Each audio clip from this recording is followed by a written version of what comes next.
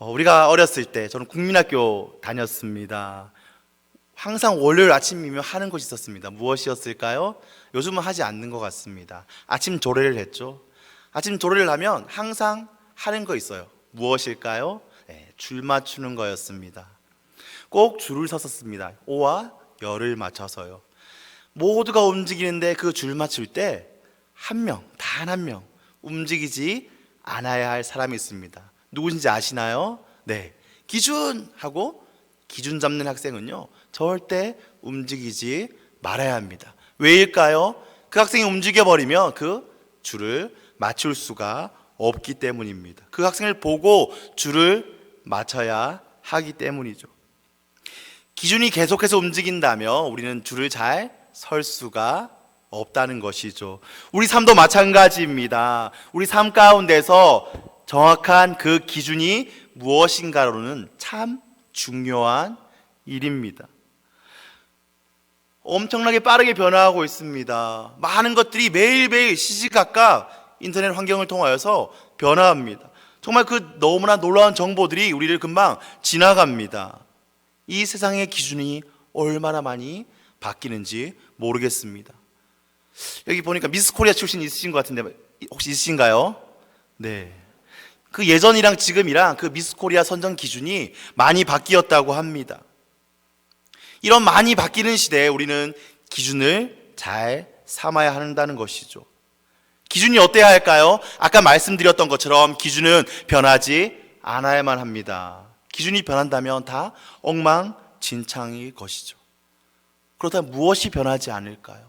이 세상 가운데 무엇이 변하지 않는 기준일까요? 많은 것을 보았습니다. 변하지 않는다고 하지만 사랑도 변하고요, 법도 변하고요, 많은 것들이 변합니다. 절대 변하지 않는 것 찾아보니까 한 가지밖에 없더라고요. 무엇일까요? 바로 하나님의 말씀입니다. 그래서 우리 그리스도인들은 이 하나님의 말씀, 이 성경이 기준이 되어야 하죠. 절대로 변하지 않는 그 하나님의 말씀이 기준이 되어야 할 것입니다. 그렇다면 이 기준을 삼고 살아가려면 어떻게 해야 할까요? 네, 우리는요 이 기준을 잘 세우고 이 기준대로 살아가려면요 절대로 내 마음에 옳은 대로 행하지 않아야 한다는 것입니다. 우리가 하나님을 섬기는 데 있어서 무엇일까요? 우리의 소견이 있어야 할까요?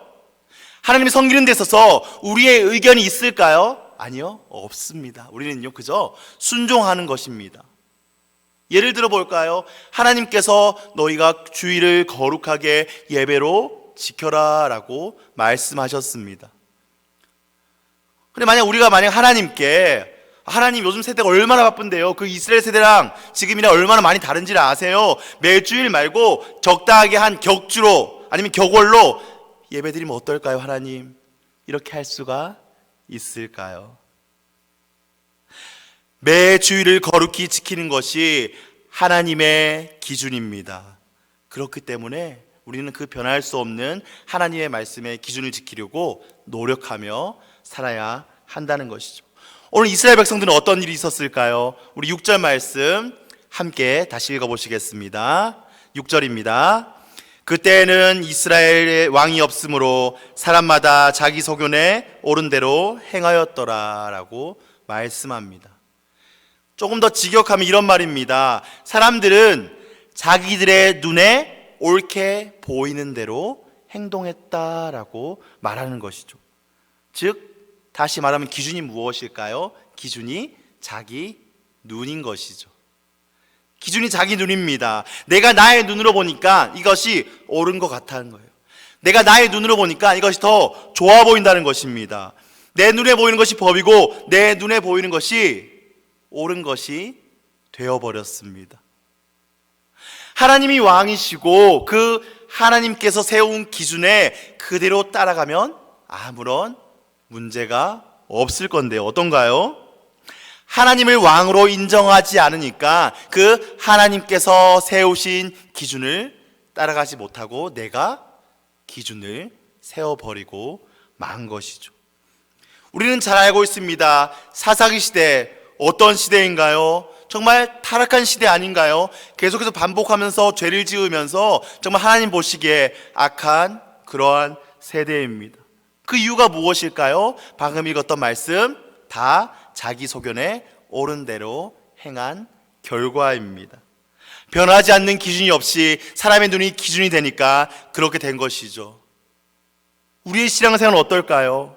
우리 신앙생활도 마찬가지입니다. 그 말씀의 기준이 바르게 없다면, 아니 말씀의 기준이 있지만 우리가 그 말씀의 기준을 따라가지 않는다면 우리도 마찬가지로 똑바로 신앙생활을 할 수 없다는 것이죠. 그저 자기들의 눈에 옳은 대로, 내 눈에 좋은 대로 하나님의 믿는다고 해서 하나님께서 다 기뻐하시는 것이 아니라는 것이죠. 그런 이단이 얼마나 많습니까? 자기 이익대로 내가 하고 싶은 대로 하니까 그런 생기는 이단들이 이 세대에 얼마나 많을까요? 바로 그것들이 다 하나님의 말씀의 기준이 없는 사람들에게 생긴 것입니다. 때로는 우리의 사역도 그렇지 않을까요? 거창하게 하나님의 말씀에 옳지 않은 것을 행하는 것이 아니라 정말 작은 사역을 하더라도 우리가 내 소견에 옳은 대로 행할 때가 있다는 것이죠. 이처럼 하나님 말씀의 기준이 흔들리고 자기의 소견에 옳은 대로 결정하는 시대가 지금 되어버렸습니다. 그래서 우리가 믿음 생활을 하는 데 있어서 반드시 지켜야 할 것이 무엇일까요? 바로 이 말씀대로 믿어야 한다는 것입니다. 내 편리한 대로 이 하나님의 말씀을 내 편리의 대로 적용하지 말아야 한다는 것입니다. 의사를 예로 들어볼까요? 배가 아파서 온 환자가 있습니다. 내과입니다. 배가 아파서 왔는데 오늘 비가 오니까 좀 오늘은 배 아픈 환자지만 심장약을 처방해 볼까? 배 아픈 환자지만 오늘 내 기분이 조금 안 좋으니까 무좀약을 줘볼까? 이렇게 기준이 없이 마음대로 처방한다며 그 병이 나을 수가 있을까요? 우리 목회자도 마찬가지입니다. 왜 신학을 공부할까요? 많은 이유가 있지만 중요한 것 중에 하나가 바로 바른 기준으로 성경을 해석해서 말씀을 전하는 것이지요. 그래서 설교가 중요한 것입니다. 또 성경을 많이 읽고 바르게 공부하는 것이 너무나 이 시대에 중요하다는 것입니다. 우리는 내 소견이 아니라 하나님의 말씀을 기준으로 믿고 살아야 하기 때문에 그렇죠. 늘 말씀을 보면서 지금 내 기준이 이렇게 변하였구나. 그럼 다시 하나님의 기준으로 내가 맞춰야 되겠구나라고 적용을 해야 한다는 것이죠. 때로는 내 마음대로 생각해서 내가 원하는 방식과 형식으로 드리는 예배가 될 때도 있습니다. 하나님께 드리는 예배가 아니라 그저 나의 종교의 만족감. 오늘 예배 드렸으니까 됐어. 예배 한번 드리면 됐어. 그저 그런 마음을 가지고 예배에 나오고 있지 않은지는 고민해 봐야 할 것입니다. 자기 기준으로 옳게 행하니까 어떻게 되었나요? 썩어버렸습니다. 자기 기준을 마음대로 행하고 내 소견에 옳은 대로 하니까 이스라엘 백성들은요 막 종교의 하나님의 많은 것들을 섞어버렸습니다. 이것을 혼합주의라고 말합니다. 하나님을 다른 잡신들과 같이 취급하는 것입니다. 짬뽕으로 섬기는 것입니다. 그것은 결국 하나님을 섬기는 것이 아니죠. 예전에는 이단이라고 하면 색깔이 분명했죠. 완전 달랐습니다. 그런데 요즘 어떨까요? 자세히 보지 않으면 잘 모를 때가 많습니다. 헷갈립니다. 바로 이 혼합주의가 정말 많은 것은 기독교의 모습을 따와서 하고 있지만 정말 작은 것에 한 90%는 따라하지만 10%를 자기 마음대로 해석하고 자기 이익에 따라서 이 말씀을 해석하는 그 이단들 말입니다. 오늘 본문을 보면 에브라임 산지에 미가라는 사람이 나옵니다. 이 사람이 자기 어머니의 돈을 훔쳤답니다. 1100세겔이라고 해요. 한 5억 정도 되는 돈인 것 같습니다. 그러니까 이 미가의 어머니가 어떻게 했을까요? 너무나 화가 났겠죠. 그래서 저주를 퍼붓습니다. 어떤 말을 했는지는 기록되어 있지 않지만 막 엄청난 저주를 퍼부은 것 같습니다. 그러니까 이 미가가 덜컥 겁이 난 것 같습니다. 왜요? 그 시대에는 다른 사람이 저주를 하면 그 말대로 된다고 믿는 시대였습니다. 그래서 어머니께 가서 말합니다. 내가 훔쳐갔다라고 말하면서 돈을 고스란히 어머님께 드리는 사건입니다. 그러자 어머니는 어떻게 하나요? 미가를 용서합니다. 그리고 미가에게 축복의 말을 합니다. 그리고 돈을 미가에게 다시 주면서 원래는 이 돈으로 너를 위하여 한 신상을 만들려고 했다라고 말하는 것이죠. 그런데 보시면 이 미가의 어머니가 정말 그 하나님을 얼마나 자기 생각대로 자기 마음대로 믿는지 우리는 본문을 통하여서 알 수가 있습니다. 우리 사사기 17장 3절 말씀 함께 읽어보시겠습니다. 미가가 은 1,100을 그의 어머니에게 도로 주매 그의 어머니가 이르되 내가 내 아들을 위하여 한 신상을 새기며 한 신상을 부어 만들기 위해 내 손에서 이 은을 여호와께 거룩히 드리노라. 그러므로 내가 이제 이 은을 내게 도로 주리라. 자기 아들을 위해서 신상을 만들겠다고 하는 것이죠. 쉽게 말하면 무엇인가요? 자기 집안에 어떤 수호신 같은 동상을 만든다는 것입니다. 그러면서 뭐라고 이야기하나요? 이 돈을, 이 은을 여호와께 거룩히 드립니다 라고 이야기를 합니다. 자기 아들을 위해서 신상을 만듭니다. 그런데 하나님께 드린다고 말하고 있는 것이죠. 5절을 보시면 무엇이라고 되어 있나요? 눈으로 한번 읽어보실까요? 네, 신당이 있습니다. 그리고 신당 안에 이 신상을 만들 것입니다. 그리고 또 무엇을 만들었냐 하나요? 에봇과 드라빔을 만든다고 합니다. 그리고 한 아들을 세워 제사장으로 삼은 것이죠. 에봇과 드라빔이 무엇일까요? 네, 성전에서 제사장들이 입는 옷입니다. 그러니까 미가의 어머니가 무엇을 했나요? 우상인 집인 신당을 지었습니다. 그 안에 신상을 부어 만들어 세워놓고요. 정말 자기 마음대로 한 것이죠. 요즘식으로 말하면 절간을 짓습니다. 그 안에 큰 불상을 앉힙니다. 그 앞에 성경책과 찬송가를 올려놓죠. 그리고 한 아들을 마음대로 목회자로 세워서 그 절에서 하나님께 예배드리도록 한 것이죠. 완전히 자기 마음대로 혼합된 종교를 만든 것입니다. 하나님의 말씀도 모르고 기준도 없고 자기 방식대로 자기 소견대로 옳은 대로 다 섞어버렸습니다. 그리고 하나님을 섬긴다고 그저 마지막에 고백만 한 것이죠. 성경은 말합니다. 이러한 행위를 하나님께서 가증히 여기신다고 말합니다. 우리 에스겔 8장 6절 말씀 함께 읽어보시겠습니다. 에스겔 8장 6절입니다. 그가 또 내게 이르시되 인자야 이스라엘 족속이 행하는 일을 보느냐 그들이 여기에서 크게 가증한 일을 행하여 나로 내 성소를 멀리 떠나게 하느니라. 너는 다시 다른 큰 가증한 일을 보리라 하시더라. 하나님께서 환상을 통해서 에스겔에게 보여줍니다. 이스라엘이 지금 행하고 있는 가증한 일들을요 많이 보여주시고 계십니다.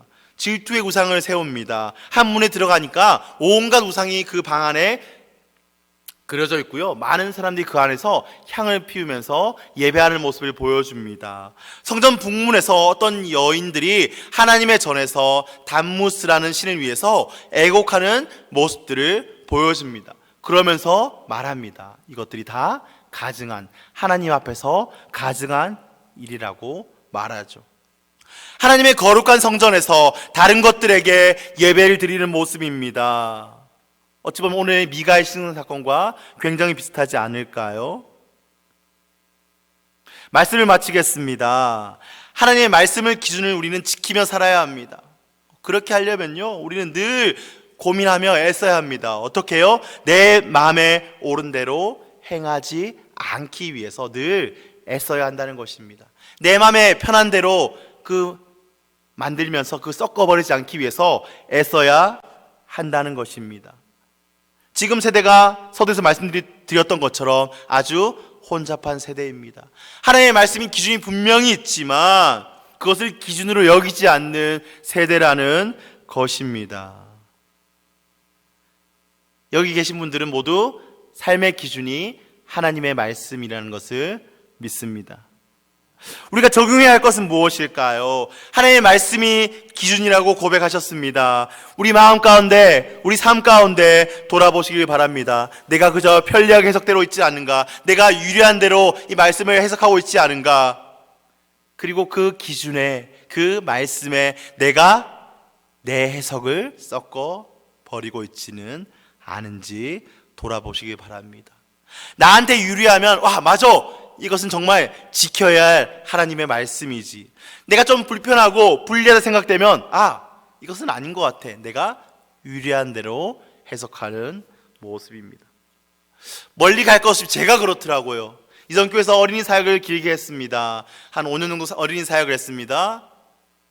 처음에는 막 그 어린이를 사랑하기 위해서 그 어린이과 같이 동고동락하면서 너무나 애쓰면서 기도도 많이 하고 이렇게 사역을 이어나갔습니다. 한 3년 지나니까 굉장히 이제 익숙해지더라고요. 그 어린이 사역이요. 어느 날 그냥 제가 편리한 대로 했던 거 반복하고 하는 그 모습을 하나님께서 제게 보여주시는 것을 느끼고 참 많이 울었던 것 같습니다. 우리 가운데 그런 모습은 없을까요? 점점 세상의 많은 것들이, 불순물들이 우리 교회 안으로도 들어옵니다. 그래서 교회를 어지럽힙니다. 하나님 보시기에 가증한 모습으로 만들려고 노력할 것입니다. 여기 계신 성도교회 성도님들은 정말 그 하나님 말씀의 기준을 늘 붙잡고 이 기준에서 떨어지지 않으려고 노력하는 성도님들이 되시기를 바랍니다. 그래서 하나님께서 기뻐하시는 교회, 정말 하나님께서 깨끗하게 여기시는 교회, 그리고 건강한 교회 되시기를 주님의 이름으로 간절하게 소망합니다.